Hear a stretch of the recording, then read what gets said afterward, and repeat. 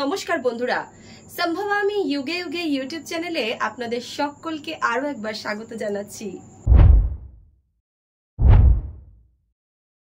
চুপচাপ করে সবাই লাইন ধরে বসে পড়ো, সবাইকে প্রসাদ দেওয়া হবে। মন্দিরের ঠাকুর মশাই সেখানে উপস্থিত সমস্ত গরিব মানুষদেরকে বলতে লাগলো। হঠাৎ করেই মন্দিরের সামনে একটি গাড়ি এসে দাঁড়ালো।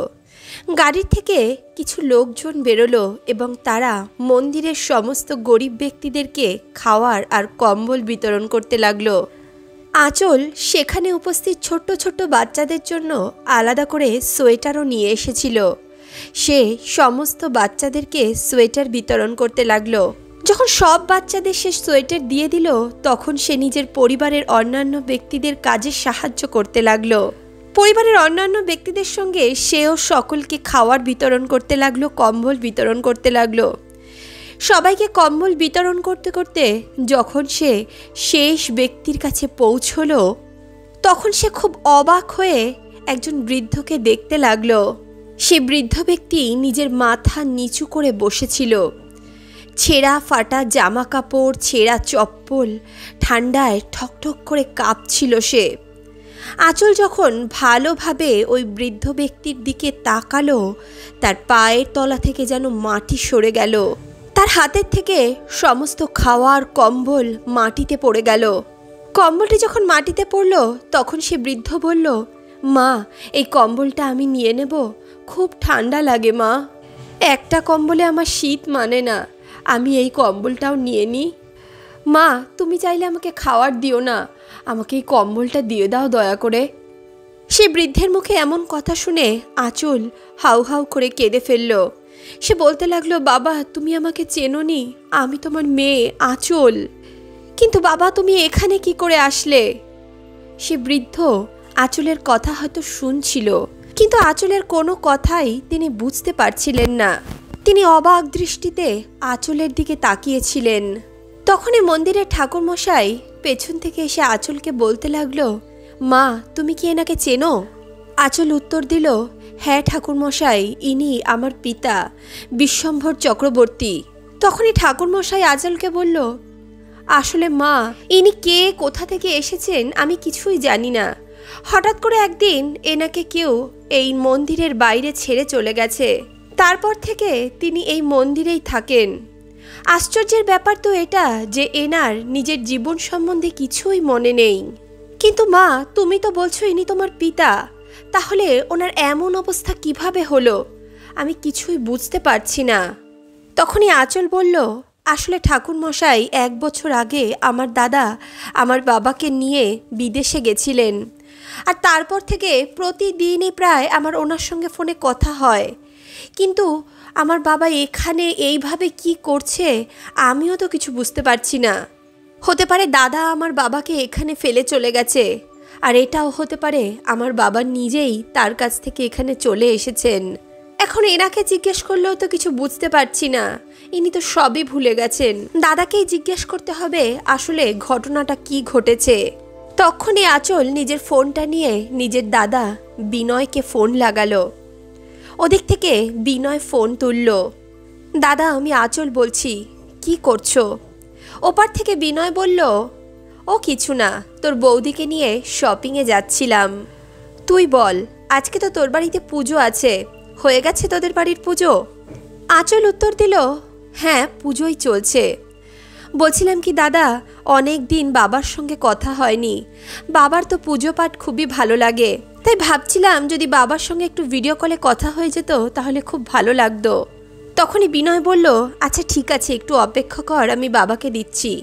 এমনটা বলেই সে বাবা বাবা করে চিৎকার করতে লাগলো আর ঘরের ভিতর ঢুকে গেল। ফোনের ওপার থেকে একদম বিশ্বম্ভরবাবুর গলায় কেউ বলে উঠল, হ্যাঁ মা, বল, কি করছিস? ভালো আছিস তো? আমার শরীরটা আজকে একটু ভালো নেই, তাই ওষুধ খেয়ে শুয়েছিলাম। আমি শুনলাম তুই ভিডিও কল করে কথা বলতে চাইছিস আমার সঙ্গে। আজকে তো শরীরটা ভালো নেই মা, অন্য একদিন ভিডিও কল করে কথা বলে নিস। তখনই বিনয় ফোন ধরে বলল, আসলে আঁচল, বাবার এখানকার ঠান্ডা আবহাওয়া ঠিক সহ্য হচ্ছে না, তাই ওনার একটু ঠান্ডা লেগে গেছে, তুই অন্য কোনো দিন ফোন করে নিস। বিনয়ের এই সমস্ত কথায় আঁচল খুবই অবাক হয়ে গেল। আঁচল ভাবতে লাগলো, বাবা আমার সামনে এখানে বসে আছে, তাহলে ফোনে কে কথা বলল। তারপর আঁচলের এই বিষয়টা একটু খটকা লাগলো। তার মনে হলো যবের থেকে দাদা বিদেশে গেছে তবে থেকে দাদার সঙ্গে তার কখনোই ভিডিও কলে কথা হয়নি। দাদা কথা তো বলে, কিন্তু শুধু ফোনে কথা বলেই ফোন রেখে দেয়। যখনই ভিডিও কল করতে বলি তখনই সে এটা ওটা বাহানা বানিয়ে আমার কথাটা ঘুরিয়ে দেয়। আঁচলের মনে এই সমস্ত প্রশ্ন একের পর এক দানা বাঁধছিল, কিন্তু সে নিজের পিতাকে তো সেখানে ছেড়ে যেতে পারত না। তাই সে বিশ্বম্ভর বাবুকে তার সঙ্গে তার বাড়িতে নিয়ে গেল। বাড়িতে গিয়ে আঁচল নিজের স্বামীকে বলতে লাগলো, জানি না জয়, বাবার এটা কি হয়েছে। দাদা তো বাবাকে 1 বছর আগে অস্ট্রেলিয়ায় নিয়ে গেছিল, তাহলে আজকে ওনার এই অবস্থা কি করে হলো।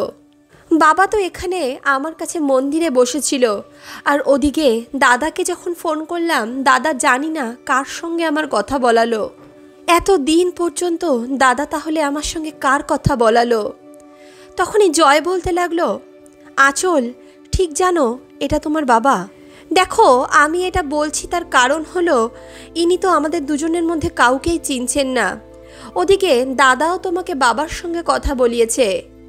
আসলে আঁচল একই রকম দেখতে তো অনেক মানুষ থাকে, মনে হয় ইনি তোমার বাবা নন, হয়তো তোমার বাবার মতোই দেখতে অন্য কেউ। আঁচল বলতে লাগলো, তুমি কি পাগল হয়ে গেছো জয়? আমি আমার বাবাকে চিনব না? যে আমাকে জন্ম দিল, ছোট থেকে এত বড় করে মানুষ করলো, আমি তাকে চিনতে পারবো না? আর এই সমস্ত একই রকম দেখতে দেখতে না ফিল্মেই দেখা যায়, বাস্তব জীবনে এর কোনো অস্তিত্ব নেই। তাছাড়াও আমি আমার বাবাকে চিনতে পারবো না? আমার মনে হয় এখানে অনেক বড় একটা ষড়যন্ত্র খেলা হয়েছে, কিন্তু কিভাবে আমি এটার খোঁজ লাগাবো? দাদা তো এত দূরে গিয়ে বসে আছে, ফোনে তো সে আমাকে কোনো সত্যি কথাই বলবে না। এদিকে বাবা তো সব কিছু ভুলে বসে আছে, সত্যিটা কি সেটা আমি কিভাবে জানবো? তখন জয় বলল, আঁচল এই সমস্ত কিছু আমরা পরে বিচার করব, সবার আগে বাবাকে ডাক্তার দেখানো প্রয়োজন। একবার বাবা ঠিক হয়ে গেলেই সমস্ত কিছু আপনি আপ ঠিক হয়ে যাবে। আঁচল বলল, তুমি ঠিক বলছো। এতটা বলেই সে বিশ্বম্ভর বাবুর পায়ের কাছে বসে পড়ল। আঁচল বলতে লাগলো, বাবা তুমি তো আমাকে কত ভালোবাসতে, সব সময় মনা মনা করে ডাকতে, তুমি আমাকে চিনতে পারছো না বাবা? কিছু তো বলো বাবা, কিছু তো মনে করো। এইভাবে তুমি সব কিছু কিভাবে ভুলে যেতে পারো? তখনই বিশ্বম্ভরবাবু বলল, মা তুমি যা করছো সেটা অনেক ভালো কাজ করছো, কিন্তু তুমি যা বলছো তা তো আমি কিছুই বুঝতে পারছি না মা। কিন্তু মা আমাকে তুমি আরও একটা কম্বল দেবে? আমার খুব ঠান্ডা লাগে ওখানে, চারদিক তো খোলা, প্রচণ্ড হাওয়া আসে। তুমি যখন ওই বাচ্চাগুলোকে সোয়েটার দিচ্ছিলে আমার খুব ভালো লাগছিল। তুমি জানো মা, ওই ছোট্ট ছোট্ট বাচ্চাগুলো রাত্রেবেলা খুব কাঁদে, ওদের খুব ঠান্ডা লাগে। আজকে ওরা শান্তি মতো ঘুমাতে পারবে। ভগবান তোমার অনেক মঙ্গল করবে। এতটা বলেই বিশ্বম্ভরবাবু আঁচলের মাথায় হাত বোলাতে লাগলো। তখনই আঁচল বলল, বাবা এই সমস্ত কিছু তো আমি তোমার কাছ থেকেই শিখেছি, তুমিই তো আমাকে ছোটবেলা থেকে শিখিয়েছ যদি তোমার কাছে সামর্থ্য থাকে তাহলে তুমি দুস্থ ব্যক্তিদের সাহায্য করো।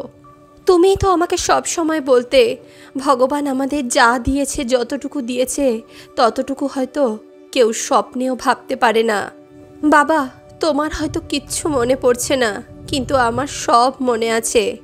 আর তোমার এই মেয়ে এখন তোমাকেও ঠিক করবে, তোমাকে একদম সুস্থ করে তুলবো আমি, তুমি কিচ্ছু চিন্তা করো না বাবা। পরদিন সকালে আঁচল বিশ্বম্ভরবাবুকে নিয়ে একটি সাইকিয়াট্রিস্টের কাছে পৌঁছলো। ডাক্তারবাবু আঁচলকে জানালো গভীর মানসিক আঘাত লাগার কারণে উনি ওনার স্মৃতিশক্তি হারিয়ে ফেলেছেন। এমন পেশেন্টদের স্মৃতিশক্তি ফিরে আসতে অনেক সময় লেগে যায়, কিন্তু কখনো কখনো ওনার সামনে যদি সেই ঘটনার পুনরাবৃত্তি ঘটে যে ঘটনার কারণে ওনার মানসিক আঘাত লেগেছিল, তবে ওনার স্মৃতিশক্তি ফিরে আসতে পারে। কিন্তু আমরা এখন এই সমস্ত কিছু ঠিকভাবে বলতে পারবো না। সবার আগে এনার কিছু টেস্ট করব, তারপরেই আমরা বলতে পারবো যে এনার স্মৃতিশক্তি আমরা কতটা ফিরিয়ে আনতে পারবো। আঁচল ডাক্তারের কাছে এই সমস্ত কথা শুনে খুবই উদাস হয়ে গেল। সে বিশ্বম্ভরবাবুকে নিয়ে আবারও বাড়ি ফিরে আসলো। বাড়িতে এসে সে জয়কে বলল, জয়, এর আগে আমি নিজেকে এত অসহায় কখনো অনুভব করিনি। আমার বাবার সঙ্গে খুব খারাপ কিছু ঘটেছে, তা না হলে ওনার স্মৃতিশক্তি লোপ পেত না। আমি সব কিছু বুঝতে পারছি, কিন্তু কিছু করতে পারছি না। আমি কি এমন করব যে আমার বাবা আবার আগের মতো ঠিক হয়ে যাবে? তখনই জয় বলল, দেখো আঁচল, ডাক্তারবাবু তো আমাদের বলেছেন আবার সেই মুহূর্ত, সেই ঘটনাগুলোর যদি পুনরাবৃত্তি করা যায় তাহলে বাবার স্মৃতিশক্তি ফিরে আসতে পারে। আঁচল বলল, কিন্তু আমরা তো জানি না বাবা কোন কারণে মানসিক আঘাত পেয়েছেন, তাহলে কিভাবে আমরা ওই একই ঘটনার পুনরাবৃত্তি করব? এখন তো একটা মাত্র রাস্তাই আছে, শুধুমাত্র বিনয় দাদাই আমাদেরকে এখন সব ঘটনা বলতে পারে। তখন জয় বলল, কিন্তু দাদা, যিনি এত দিন মিথ্যে কথা বলেছেন তিনি হট করে এখন কেন সত্যি কথা বলবেন? জয়, আমি শুধু একটা কথা বারবার ভাবছি, দাদা তো এখান থেকে গেছে প্রায় 1 বছর হতে চলল, তার মানে আমার বাবা 1 বছর ধরে এত কষ্ট সহ্য করছে। শীত, গ্রীষ্ম, বর্ষায় তিনি কত কষ্ট করেছেন। ওই ফাঁকা জায়গায়, ওই ফাঁকা মন্দিরে তিনি দিনের পর দিন কাটিয়েছেন। আর আমি কত বোকা দেখো, আমি এতদিন ধরে এটাই ভেবে চলেছি আমার বাবা দাদার সঙ্গে কত আরামসে অস্ট্রেলিয়ায় রয়েছে। আমার মাথায় একবারের জন্য এই কথাটা এলো না এত দিন হয়ে গেল দাদা কখনো কেন বাবাকে ভিডিও কলে আসতে দেয় না। জয় বলল, আঁচল, আমি জানি তুমি এখন কি পরিস্থিতির মধ্যে দিয়ে দিন কাটাচ্ছ, কিন্তু এই সময়ে যদি আমরা দুর্বল হয়ে যাই তাহলে চলবে না। এখন আমাদের কড়া পদক্ষেপ নিতে হবে। একমাত্র বিনয় দাদাই এই সমস্ত কিছুর উত্তর আমাদের দিতে পারেন, কিন্তু এখন যদি তুমি বাবার সম্বন্ধে ওকে কিছু বলে দাও তাহলে ও কখনোই ভারতে ফিরে আসবে না। তাই সবার আগে আমাদের দাদাকে এখানে রাখতে হবে, তাও মিথ্যে কথা বলে। আর একটাই জিনিস আছে যেটা দাদাকে এখানে আনতে পারে, আর সেটা হলো টাকা পয়সা অথবা বাবার কোনো সম্পত্তি। তুমি এক কাজ করো, তুমি বিনয় দাদাকে ফোন করে বলো বাবার একটা পলিসি ম্যাচিওর হয়েছে আর তাতে 2 কোটি টাকা পাওয়া যাবে। আর বাবা এখানে এসে যদি পলিসিতে সাইন না করে তাহলে অ্যাকাউন্টে টাকা ঢুকবে না। দাদার সন্দেহ না হয় তার জন্য তুমি দাদাকে এই কথাটা জিজ্ঞেস করবে। তুমি বলবে, দাদা তুই বাবাকে জিজ্ঞেস করতো বাবার কোনো এমন পলিসি ছিল কি না যেখানে তিনি আমার অল্টারনেটিভ অ্যাড্রেস দিয়েছিলেন। দেখবে আঁচল, তুমি যখন এই কথা বলবে হয়তো সে তোমাকে পুরোপুরি না করে দেবে, তোমার কথা এড়িয়ে যাবে, আর তা না হলে বলবে হ্যাঁ এমন কিছু ছিল। তারপর টাকা নিতে যখন সে ভারতে আসবে তখন আমরা ওকে চেপে ধরব, আর আমরা এটাও দেখব যে বাবাকে না নিয়ে আসার জন্যে সে কি বাহানা বানায়। সেদিন রাত্রেই যখন বিশ্বম্ভরবাবু ঘুমাচ্ছিলেন তিনি হঠাৎ করে রাতে চিৎকার করে উঠলেন, বলতে লাগলেন, আমি কাউকে মারিনি, আমি কাউকে মারিনি, বাবা তুই তো আমাকে বিশ্বাস কর, আমি কাউকে মারিনি। চিৎকার শুনে পাশের ঘর থেকে আঁচল আর জয় ছুটে আসলো। আঁচল সঙ্গে সঙ্গে নিজের বাবার মাথায় হাত রেখে দিল, কিন্তু আঁচল নিজের বাবাকে ওঠালো না। আঁচল ভাবছিল ঘুমের মধ্যে হয়তো তিনি এমন কোনো কথা বলে দেবেন যাতে তারা সমস্ত ঘটনা বুঝে যাবে, কিন্তু এই কথা বলেই বিশ্বম্ভরবাবু চুপ করে গেলেন। তিনি আবারও শান্ত হয়ে ঘুমিয়ে পড়লেন। পরদিন সকালে আঁচল জয়ের কথা মতো নিজের দাদাকে সমস্ত ঘটনা বলল। সে বলতে লাগলো, দাদা বাবাকে একটু ফোন দে তো, বাবার সঙ্গে কথা বলবো।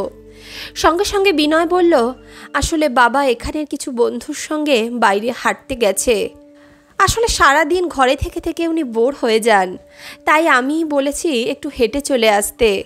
ঠিক আছে, তুই আমাকে যা বললি আমি বাবাকে বলে দেব, আর যদি আসার প্রয়োজন হয় তাহলে বাবাকে নিয়ে আমি আসবো। আচ্ছা আঁচল, তুই একটা কাজ কর, তুই ওই পলিসির লোকগুলোকে একটা কথা জিজ্ঞেস করতো, যদি ওনার ছেলে আসে তাহলে হবে, কারণ দেখ বাবার তো শরীরটা খুব একটা ভালো যায় না, এইভাবে যাতায়াত করলে ওনার কষ্ট হতে পারে, তাই আমি ভাবছিলাম যদি বাবার বদলে আমি যেতাম তাহলে যদি হয়ে যেত। তখনই আঁচল বলল, আসলে দাদা পলিসি তো বাবার নামে, তাই বাবার সাইনই লাগবে, তবে নমিনিতে তো তোমার নাম রেখেছে, তাই হতে পারে তুমি আচ্ছা দেখি, আমি একটু জিজ্ঞেস করে নিয়ে তাদেরকে। এতটুকু বলেই আঁচল ফোন রেখে দিল।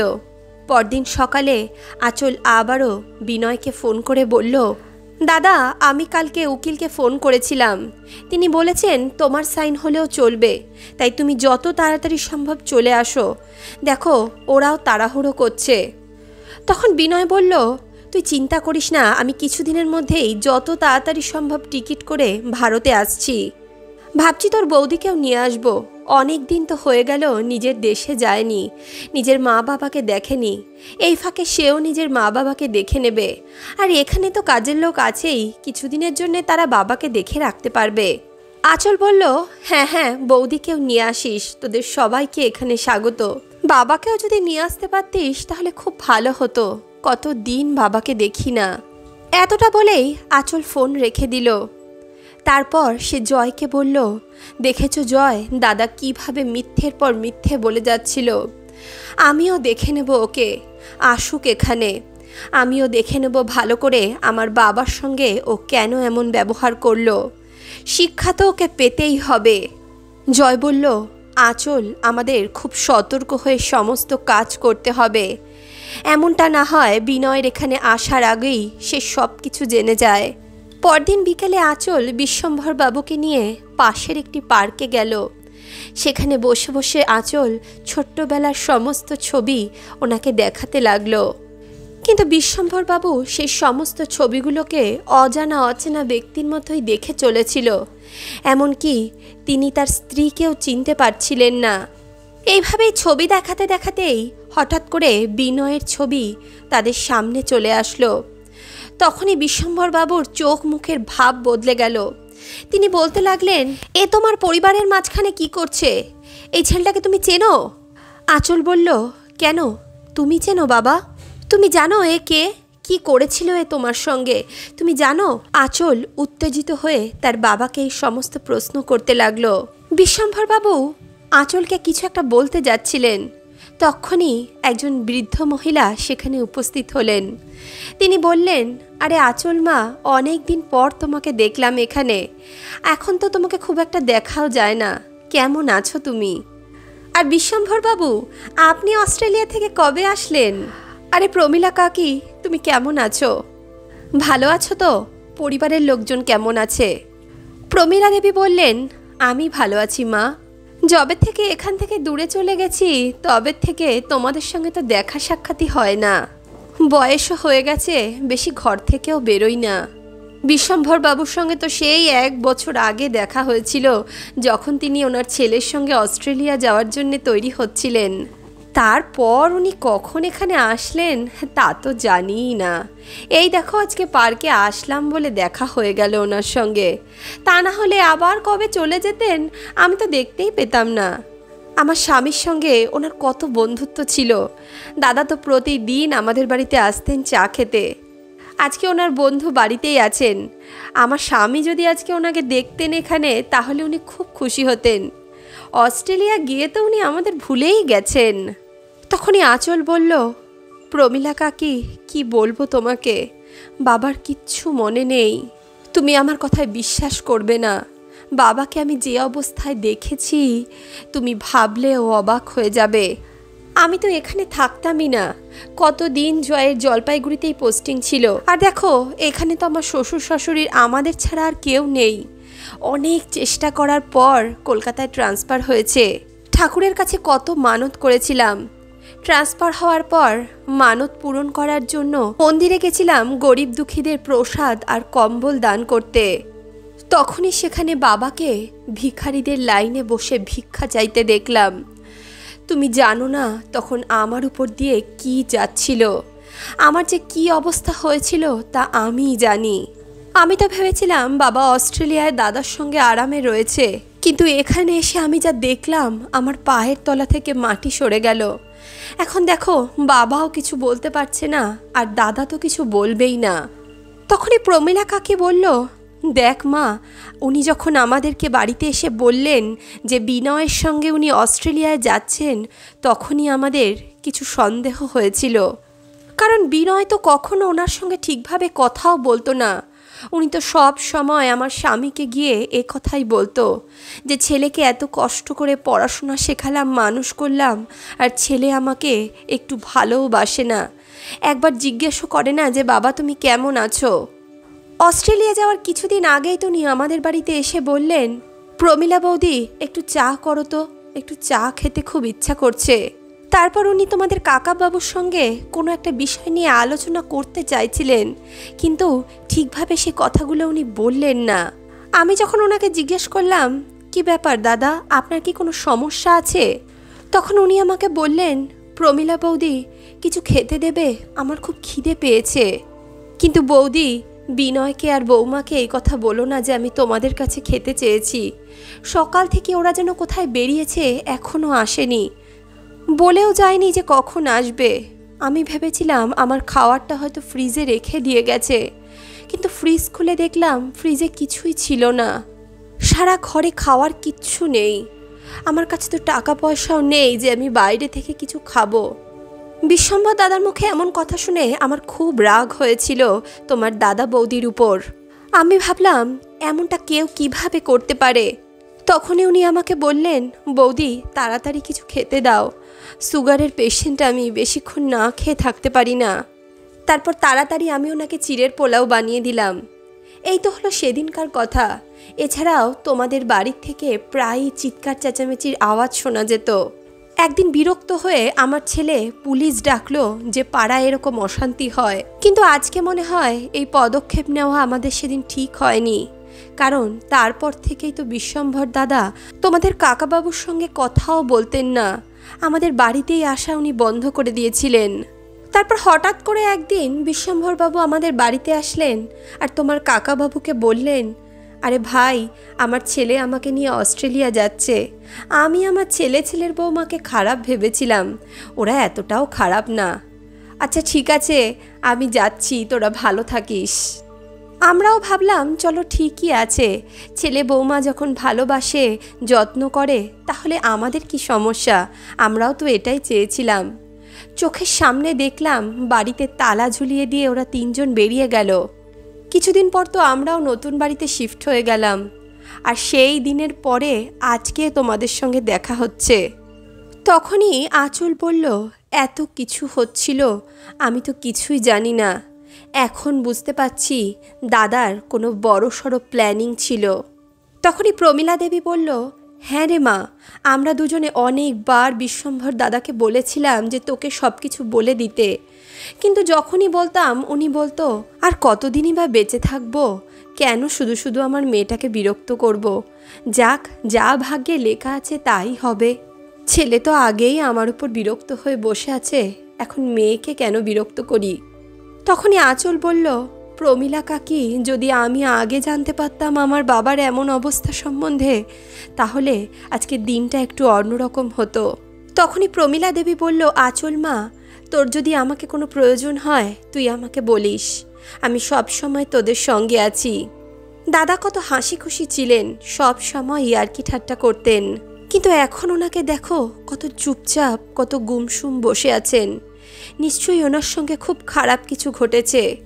আচ্ছা ঠিক আছে মা, আমি এখন যাই, যদি কিছু দরকার হয় আমাকে ফোন করিস, আমি তোর কাছে চলে যাব।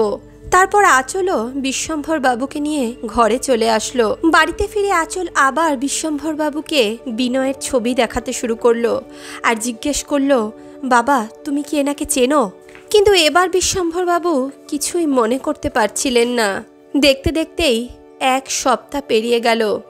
1 সপ্তাহ পর বিনয় ভারতে আসলো। বিনয়ের আসার আগেই আঁচল বিশ্বম্ভর বাবুকে লুকিয়ে দিল।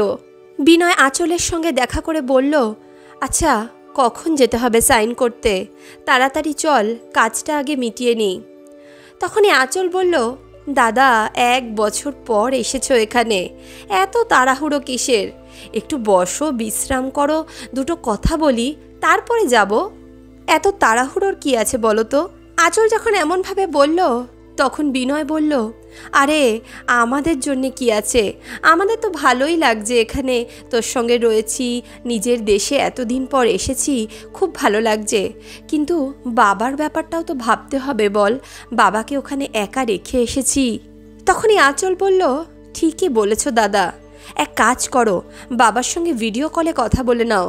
তোমার সঙ্গে সঙ্গে আমিও একটু বাবার সঙ্গে কথা বলবো। সেই 1 বছর হয়ে গেছে বাবাকে দেখিও নি ঠিকভাবে, তাড়াতাড়ি একটু ভিডিও কল করো তো। এছাড়াও কাজের লোকের উপর ভরসা করে রেখে এসছো বাবাকে, জিজ্ঞেস তো করো ভালো আছে কিনা, ঠিকভাবে খেতে টেতে দিচ্ছে কিনা। তখনই বিনয় বলল, আরে না না, বাবা ভালোই আছে, কিছুক্ষণ আগেই ওনার মেয়েদের সঙ্গে আমার কথা হয়েছে, ওষুধ খেয়ে এখন ঘুমাচ্ছে। তখনই জয় সেখানে এসে বলল, আরে দাদা, তোমরা দেখা না করাতে চাইলে কি হবে, আচ্ছা চলো আমরাই তোমার সঙ্গে বাবার দেখা করিয়ে দিচ্ছি। জয়ের এতটুকু বলার সঙ্গে সঙ্গেই আঁচল নিজের বাবাকে নিয়ে পেছন থেকে তাদের সামনে এসে দাঁড়ালো।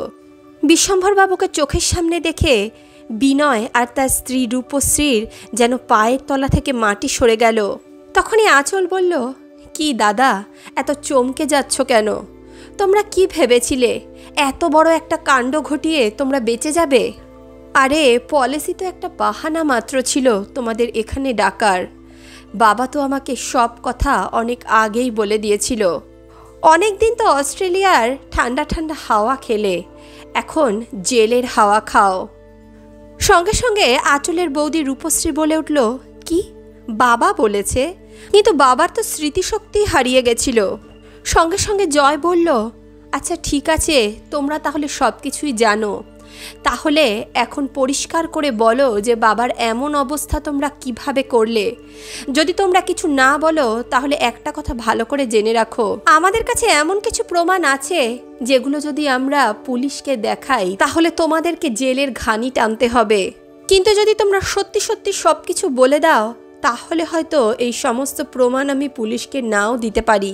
তখনই বিনয় বলল, আসলে আঁচল, বাবার বৃদ্ধ বয়স আমাদের উপর বোঝা হয়ে গেছিল, তাই আমরা এখানকার সমস্ত জমি জমা বিক্রি করে অস্ট্রেলিয়ায় গিয়ে সেটেল হতে চাইছিলাম। অস্ট্রেলিয়া থেকে আমার জন্য একটা ভালো জবের অফার এসছিল, কিন্তু জানি না কিভাবে বাবা এটা জেনে গেছিল যে আমরা এখানকার সমস্ত জমি জমা বিক্রি করে দিচ্ছি। এছাড়া উনি ভাবছিলেন উনি আমাদের সঙ্গে অস্ট্রেলিয়ায় থাকতে যাবেন, কিন্তু আমরা ওনাকে কিভাবে ওখানে নিতাম।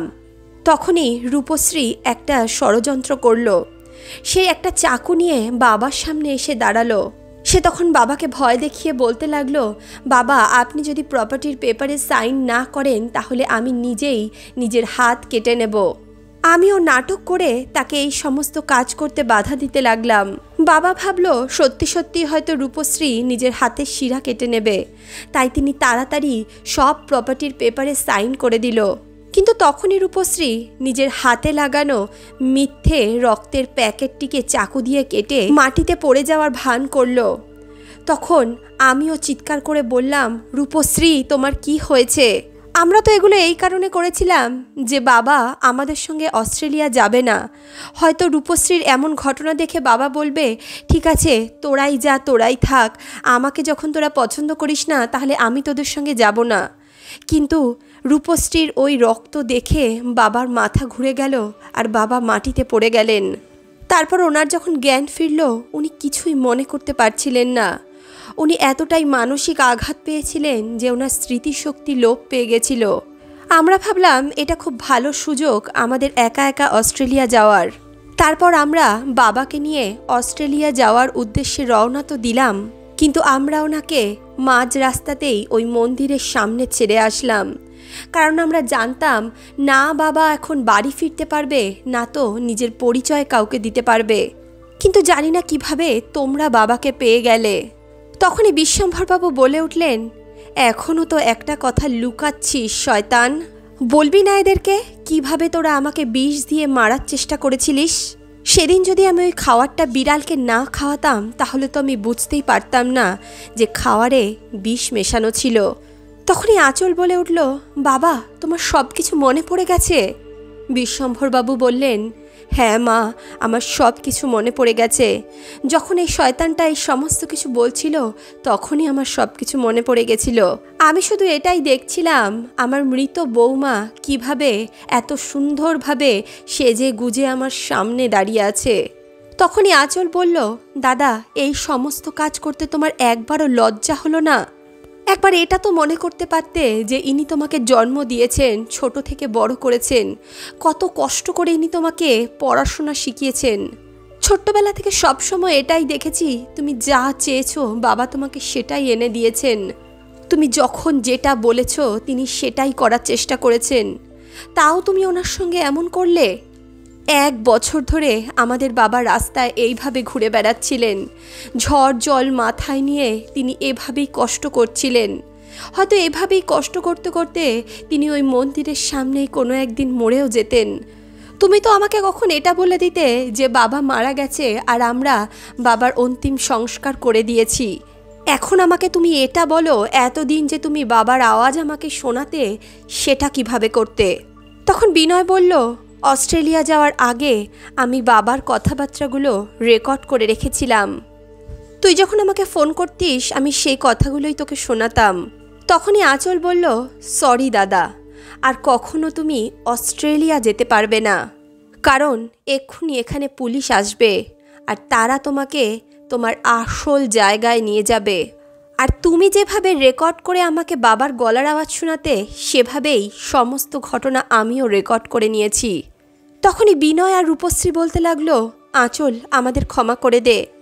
তারা বিশ্বম্ভর বাবুর পায়ে পড়ে বলতে লাগলো, বাবা তুমি তো আমাকে ক্ষমা করে দাও, অনেক কষ্টে অস্ট্রেলিয়ায় সেটেল হতে পেরেছি। বিনয়ের মুখে এমন কথা শুনে বিশ্বম্ভর বাবু তার গালে সজোরে একটা চড় মেরে দিলেন। তিনি বলতে লাগলেন, এখন আমার কাছে কেন ক্ষমা চাইছিস? যা এখন কোনো পরিকল্পনা কর। দাঁড়া, আমি তোকে বলে দিচ্ছি তুই কি ষড়যন্ত্র করতে পারিস। এক কাজ কর, তুই পুলিশকে বল তোর বাবা পাগল। এত কিছু যখন করেছিস, এইটুখানি কথা বলতে আর এইটুখানি কাজ করতে তোর বিবেকে বাঁধবে না নিশ্চয়ই? দেখ বাবা, ঈশ্বরের লাঠিতে আওয়াজ হয় না, কিন্তু সেই লাঠি যখন পড়ে তখন পালানোর উপায়ও থাকে না। কিছুক্ষণ পরই সেখানে পুলিশ এসে বিনয় আর রূপশ্রীকে ধরে নিয়ে গেল। তখনই আঁচল বিশ্বম্ভর বাবুকে জড়িয়ে ধরে বলল, বাবা আজকে আমি অনেক খুশি, তুমি ভালো হয়ে গেছো, আমার আর কিচ্ছু চাই না। তুমি জানো তোমার সঙ্গে আরও একজন দেখা করতে এসেছে। তখনই সেখানে প্রমীলা দেবী আর ওনার স্বামী চলে আসলেন। প্রমীলা দেবীর স্বামীর নাম সঞ্জয় বাবু। তিনি তখন বিশ্বম্ভর বাবুকে বলে উঠলেন, কিরে কেমন আছিস? আমাকে তো ভুলেই গেছিস তুই। বিশ্বম্ভর বাবু হেসে উঠলেন আর বললেন, তোকে কিভাবে ভুলতে পারি আমি? কিন্তু ভাই তুই আমাকে একটা কথা বলতো, তোকে দেখে তো একবারের জন্য এটা মনে হয়নি যে তুই দুঃখে আছিস। তুই তো সেদিন কত খুশি মনে আমাকে অস্ট্রেলিয়া যাওয়ার কথা বলতে আসলি। তখনই বিশ্বম্ভর বাবু বললেন, হ্যাঁ, অনেক দিন ধরে তারা আমার সঙ্গে খুব ভালো ব্যবহার করছিল। আমি তো এটা পরে বুঝেছিলাম যে এরা এই সমস্ত জমি জমা ঘর বাড়ি বিক্রি করে দেওয়ার প্ল্যান করছে, আর তখনই আমি বিরোধ করেছিলাম। তারপরেই তো দেখ কি হয়ে গেছিল আমার সঙ্গে। তখনই প্রমীলা দেবী বলে উঠলেন, দাদা ওপরে ঈশ্বর আছেন, তা না হলে আপনি এইভাবে আপনার মেয়ের সঙ্গে কিভাবে দেখা করতে পারতেন? তখনই আঁচল বলল, আচ্ছা ঠিক আছে, যা হয়েছে বাদ দাও, এই সমস্ত কিছু ভুলে যাও, আর এখন তো আমরা সুখে শান্তিতে নিজেদের জীবন কাটাবো। তারপর থেকে তারা সকলেই একসঙ্গে একই বাড়িতে থাকতে শুরু করলো। জেল থেকে ছাড়া পাওয়ার পর বিনয় আর রূপশ্রী অনেকবার বিশ্বম্ভর বাবুর সঙ্গে দেখা করতে চাইলেন, কিন্তু বিশ্বম্ভর বাবু কখনোই তাদের সঙ্গে আর সাক্ষাৎ করেননি। কেউ ঠিকই বলেছে, কর্মের ফল তো সবাইকেই ভোগ করতে হয়। তাহলে বন্ধুরা, বিশ্বম্ভর বাবুর এই সিদ্ধান্ত কি ঠিক ছিল? আঁচলের দাদা বৌদির এই শাস্তি কি পর্যাপ্ত ছিল তাদের জন্য? আপনাদের কি মতামত আমাদের কমেন্ট বক্সে অবশ্যই লিখে জানান। বন্ধুরা, আপনাদের জীবনেও যদি এমন কোনো কাহিনী থাকে আপনারা অবশ্যই আমাদের জানাতে পারেন। আমরা আপনাদের এই জীবন কাহিনী গল্পের আকারে প্রকাশ করব। এর সঙ্গে আপনাদের নাম আর ঠিকানাও আমাদের কমেন্ট বক্সে লিখে জানাবেন, যাতে আপনাদের সেই কাহিনী আমরা আপনাদেরকে ডেডিকেট করতে পারি। তাহলে বন্ধুরা, আজকের এই ভিডিও, আজকের এই প্রসঙ্গ আপনাদের কেমন লাগলো অবশ্যই কমেন্ট বক্সে লিখে জানান। ভিডিওটি যদি ভালো লাগে তাহলে অবশ্যই ভিডিওটিতে একটি লাইক করুন, বন্ধু বান্ধব আত্মীয় পরিজনের সঙ্গে ভিডিওটি শেয়ার করুন, আর অন্তর্মন থেকে বলুন রাধে রাধে।